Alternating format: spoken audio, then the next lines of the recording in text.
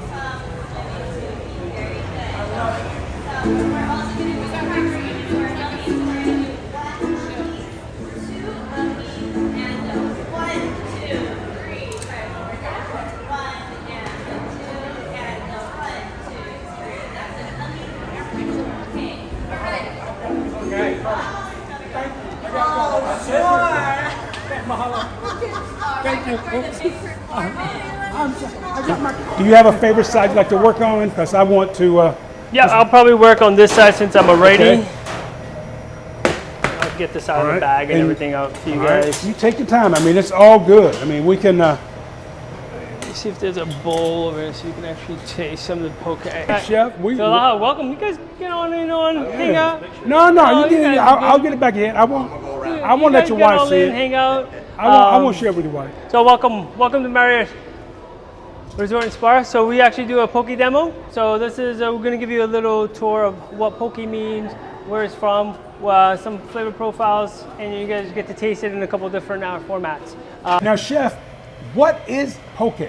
Poke, it's very, Poke just means cubed.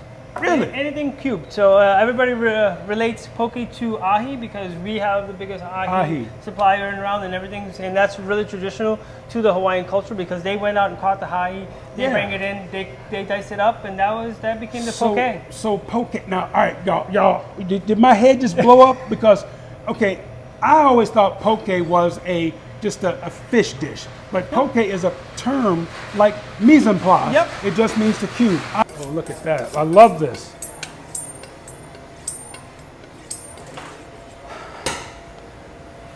Hey y'all, it's me, Chef Curtis, with my new friend, Chef Nuno. How are you? Nuno. Now, Chef, thanks for inviting us into your kitchen. I'm telling you, y'all, I get chicken skin because I'm with a brother here.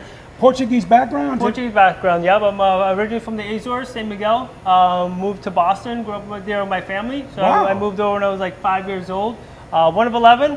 So I grew up cooking with my mom and my dad. Slow down, time out, yo. Did y'all hear what he said? 1 of 11. I don't have enough fingers to do that. All right, Chef, put one more finger up for us, okay? So that's me. 11. That was me. Where do you fall in that line? I'm the baby. The baby? Oh my goodness. Save the best for last. Oh, okay. Either save the best for last, or like in my case, they threw me out with the. No, I'm totally kidding. Mom. Traditionally for Hawaii, it's ahi because it's really caught 30, 40 miles out that way.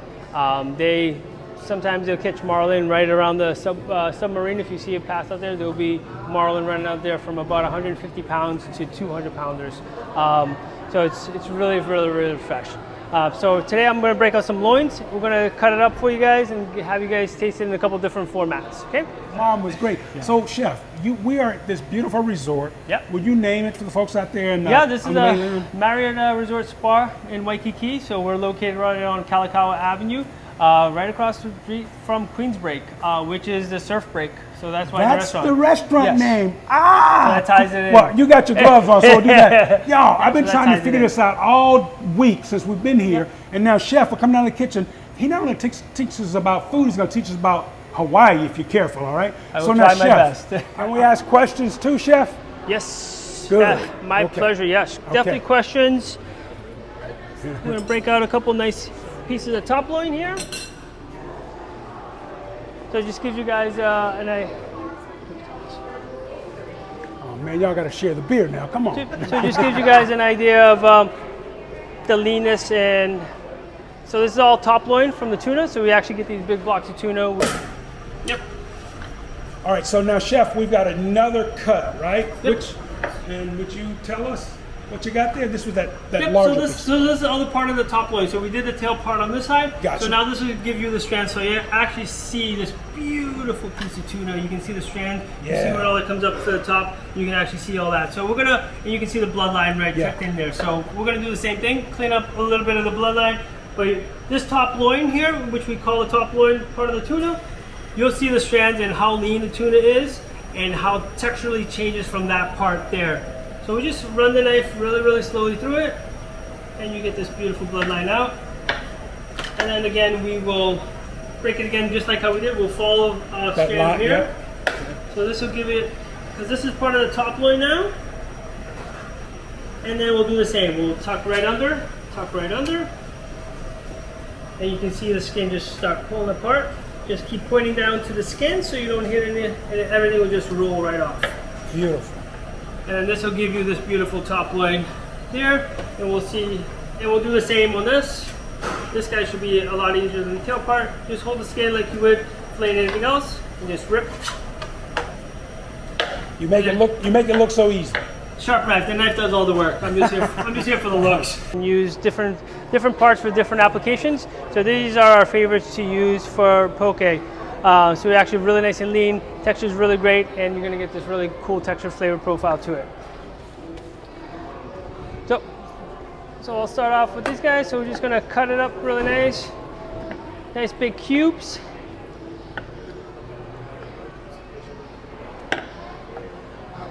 So very traditionally, it would be just a couple of ingredients. We have some lei salt here, some kukui nut, a little bit of ogo, which is seaweed, and then we have some Maui onion and a nice dressing. So, Chef, would you serve this with wine, beer? What? Any suggestion to drink with this? This definitely with beer would be really great. Some sake would be really nice. A nice light wine like Sauvignon Blanc would be really good. It'll give you nice aromatics to it. Zesty. Sometimes a Chardonnay, if you get an oaky one, it throws off the flavor a little bit. But love it. You want some citrusy would be really nice and refreshing. I like that beer sounds good too. Some of the local beer. Yeah, the local beers will go great with this. It's nice and refreshing. Okay. Right here with the corner light, blonde hair. Oh yeah. Hey, corner light. Sounds All right. perfect right there. He came ready. He came prepared. Hey, bartender. What? That is beautiful, chef. I want to know about you, really, right? You, a baby. Yeah, I grew up cooking with my mom, my dad, my sisters, my aunts. So we do a lot of classic Portuguese cooking. Lived in Cambridge, Massachusetts. So there's a very, very worldwide of Indian, Haitian, Italian families. So nice mix, right? Really, really cross-cultural, cool mix. Cross-cultural everywhere. So it was really nice. Food was very, very centric for me. Was never going into culinary bound. I was a welding major, so I was into all this other stuff. Really? Yeah. I love that. So you were a welding major, Yep. but then you found this, right? So did you go to culinary school back east? Did you come? What? Or Nope. just So mama just- taught? Yeah, just mom taught, and we hooked up some really cool. Yo, I'm gonna chefs. hug this brother because all right, now, I got to share this story with you, chef. All right, I got into television to promote reading, and so I meet Julia Child and Paul Prudhomme on the same day. That's awesome. And my question to Miss Child, she says, Julia, please. Every time I would say Miss Child, she would cry, Julia. And so I'm like reluctantly saying Julia. And I said, so Julia, should I go to culinary school? And here's what she said, bro. And I want the folks at home, because I'm going to ask you about that too. Yeah. She said, with your passion, just cook. Yep. And now, is that what you felt like too? Well, I worked with a lot of great chefs. I worked in a hospital for a long time doing dietary egg training. So I was always around food when I was 15 years old. So I figured food, if I can cook, is a necessity. I can feed myself. I can feed my family.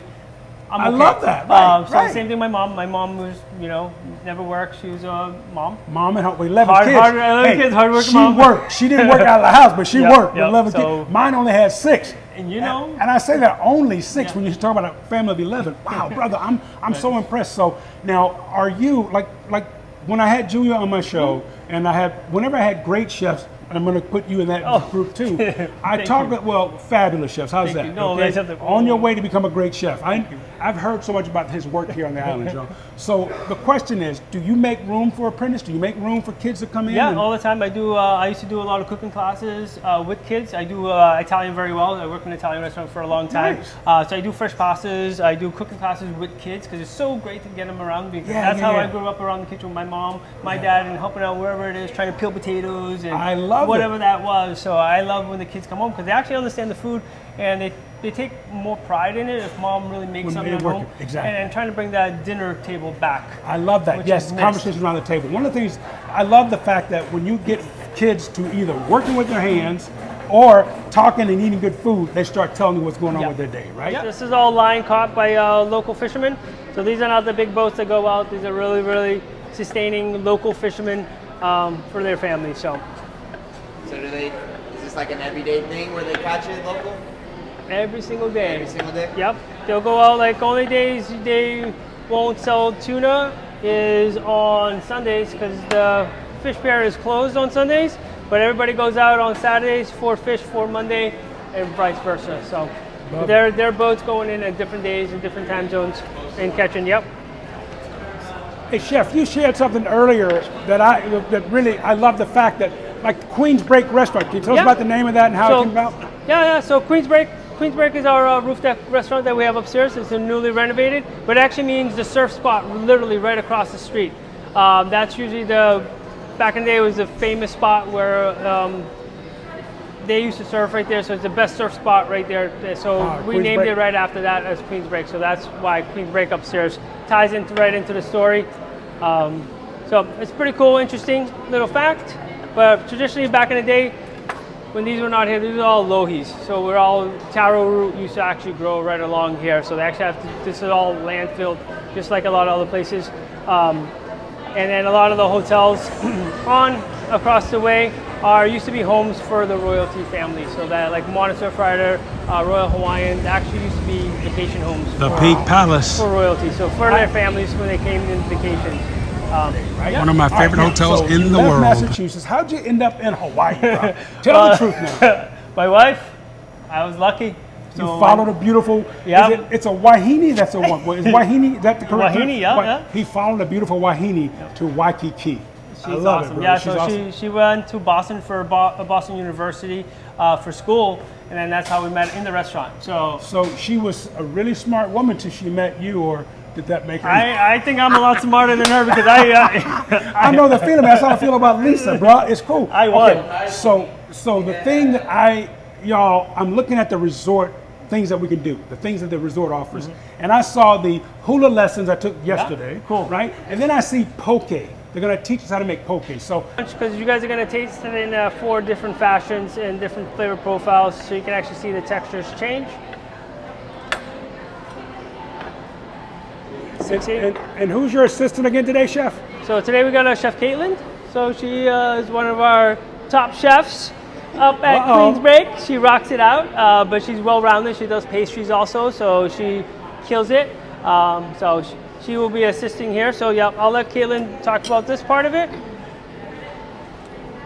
so I'm just gonna add a little bit of the light salt onto the fish, so you can taste the cleanness, the freshness of the fish. Really brings out just the natural flavor. So this also too, we were talking about earlier, doing a lomi. So when they say lomi salmon, you're actually just massaging the flavor profiles into the fish. So. But we're in a working kitchen, y'all. So please don't apologize. I love being in this kitchen. So poke just means to dice. So you were telling me other pokes on the menu, such as? Yeah, I mean, we've done beef poke, we do a mushroom poke with tofu, so it depends on, we do vegetarian pokes. You can really do anything. You can do chicken, you can do beef, so you can actually do beef, which a lot of people call it tartare. You can do a poke here. Tartare. Okay, so when we do the chicken, how is that? Is it you just do it fully cooked, and you just dice it into cubes, and then you can do the same kind of. Love it. You'll see a couple of the similar marinades that you can actually use for any other fish, like salmon. You can actually do poke salmon, which is cubed up to salmon. So today, we'll set this up a little bit here. Yep. So she'll just give you guys a little taste. So we'll start off with just the salt part of it, so you can actually taste the fish at its natural beauty. And that's a key part of this, also understanding that the fish is so really fresh. You don't really want to mask the flavor of the fish. And it's not going to taste fishy at all. If it tastes fishy, we're doing it wrong. So I've never had raw fish. Shoots? Not gonna make you sick. I will promise. I will promise you. I've eaten half a pound a day. I'm telling you. Yeah, it won't make you sick at all. This is all sushi grade. Get everyone else. I'll get mine last, Caitlin. Thank you. And we give you a little bit amount so you can actually try it out. Yeah, and this is one. I think they just add the salt. Just salt on this one, right, chef? Yep. This is just a lay salt, just a sea You wanna salt. try?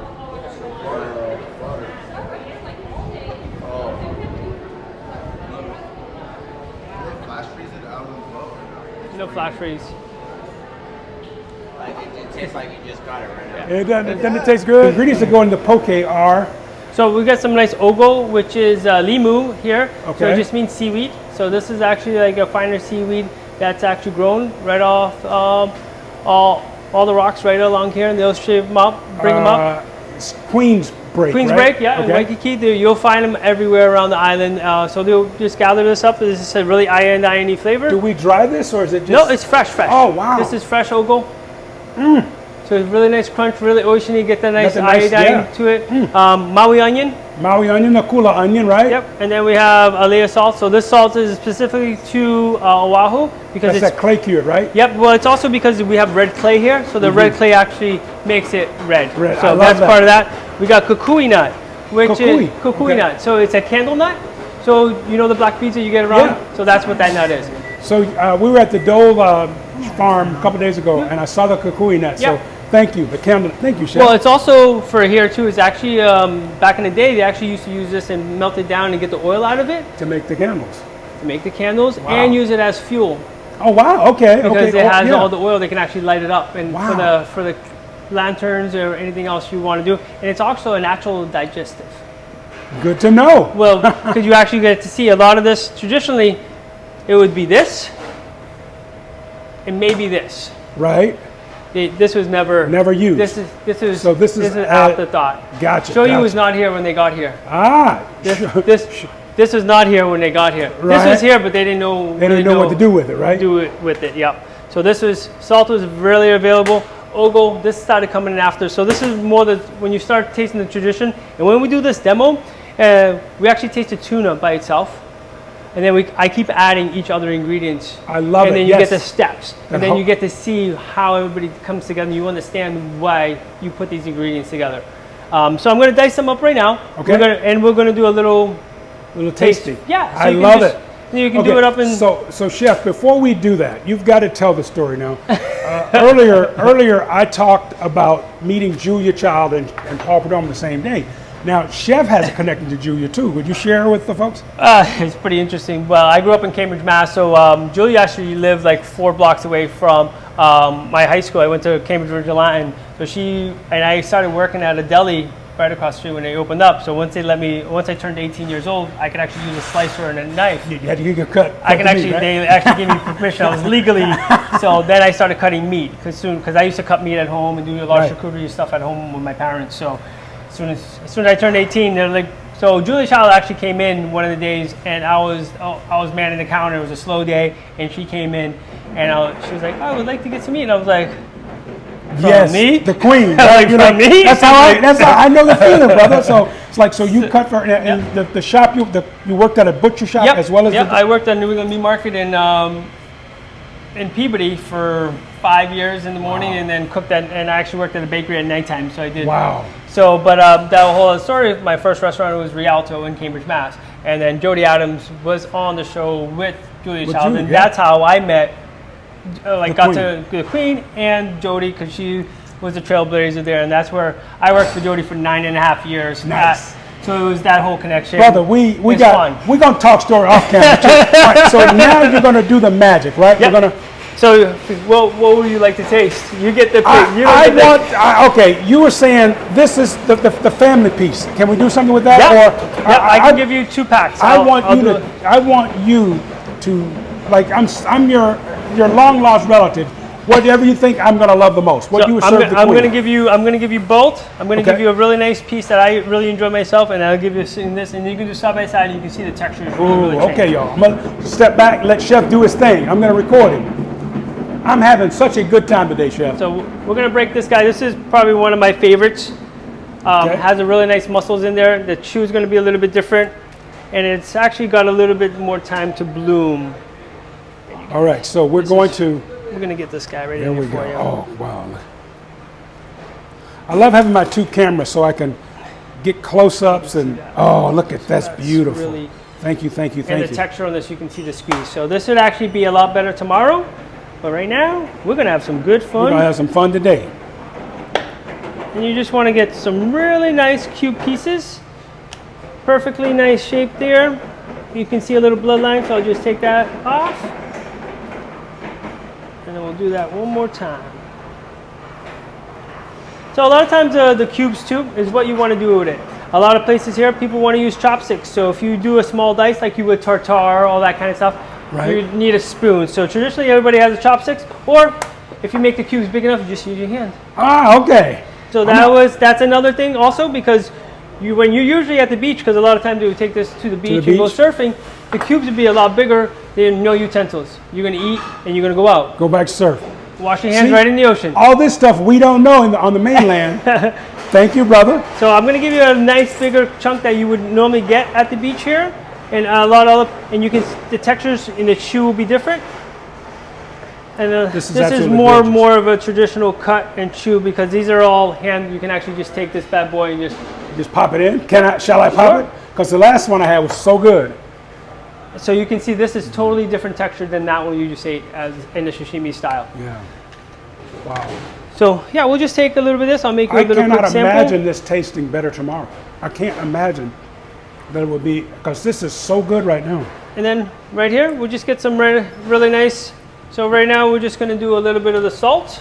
Okay, I'm going to come on. I'm going to bring it. I'll be your assistant. Yep. You stand in front so they can see us at home. Sure. And I will tell you, and you tell me what you want, Chef, and I'll bring it to you. So right now, this is the traditional way. I'm going to hit you with a little salt. Ooh la la. So you're going to eat a little salt.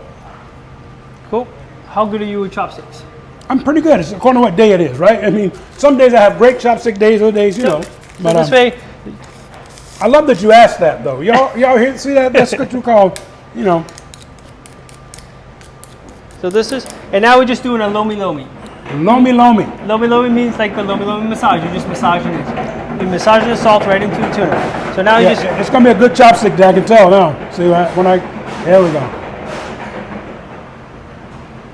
That salt, you get that crunch from the salt that doesn't dissolve very well. So I went from no salt to that. I love it. And salt also helps bring out more of that flavor, right? Yep. And you can see how fatty it is, and the texture is super, super chewy. So now This is so good. we're just going to go a little onion, a little bit of the kukui nut, and then the ogo. Chef, that texture. And now these are going to start giving you a bunch of different textures. You're going to get a little bit of the sweet onion flavor. You're going to get a bit of little iodine, and then you get the creaminess from the kukui nut. So this is this next step. I got to tell y'all at home, it was fabulous with no salt, right? Just the natural sea flavors in it. Then we added that clay cured salt. My mouth is is having a party. Now this has got everything, right? Everything except the shoyu vinaigrette. Everything with the shoyu vinaigrette. Now the ocean just comes out a little bit more. You get a little texture crunch, the creaminess. Mom said, "Don't talk with your mouth full." I can't help but say, "Wow." So that's just a little. This is part of that education in how little things really change one beautiful thing. This is so good, right? I mean, it's great by itself. Then we start adding those layers of flavor, and just building on it. My goodness, chef, this is fabulous. And then this is the key part of this is really showcasing. Doing poke, it's all about the tuna. So you don't want to mask a lot of the flavors in there. So now we're just gonna, if you can pass me the shoyu. Oh yes, the shoyu. Ooh. So this is a shoyu vinaigrette. So this is one of our shoyu vinaigrettes that we do at Queen's Break. This is one of my recipes here, which this actually really resembles Hawaii in general. It's worldwide coming together. So I actually use lemon juice and rice wine vinegar. There's sesame oil in there. There's oyster sauce. There's shoyu in there. Do you mind sharing the recipe? Oh yeah, I'll send you. I can send you a recipe. You can put on your link. If you don't mind. No, it'll be my pleasure. No, I love sharing. This is how I learned. I'll tell you one more Junior story, right? Because and we were talking about this about secrets. A lot of families have secret recipes. Why have a secret? Because if you have a secret, it dies with you. So my mom and Junior both are like, let's share what we've got. There's room for all of us. So I love that. In fact, my recipe may turn a little different than chef because it's me. I mean, I'm going to follow the same rules. Your taste totally different. You might taste acid. Some people like a little bit more sugar than others. Local style, a lot more sugary, a lot more sweetness. I'm more of an acid, more Mediterranean. So I love lemon. I love that ting. So this is actually a great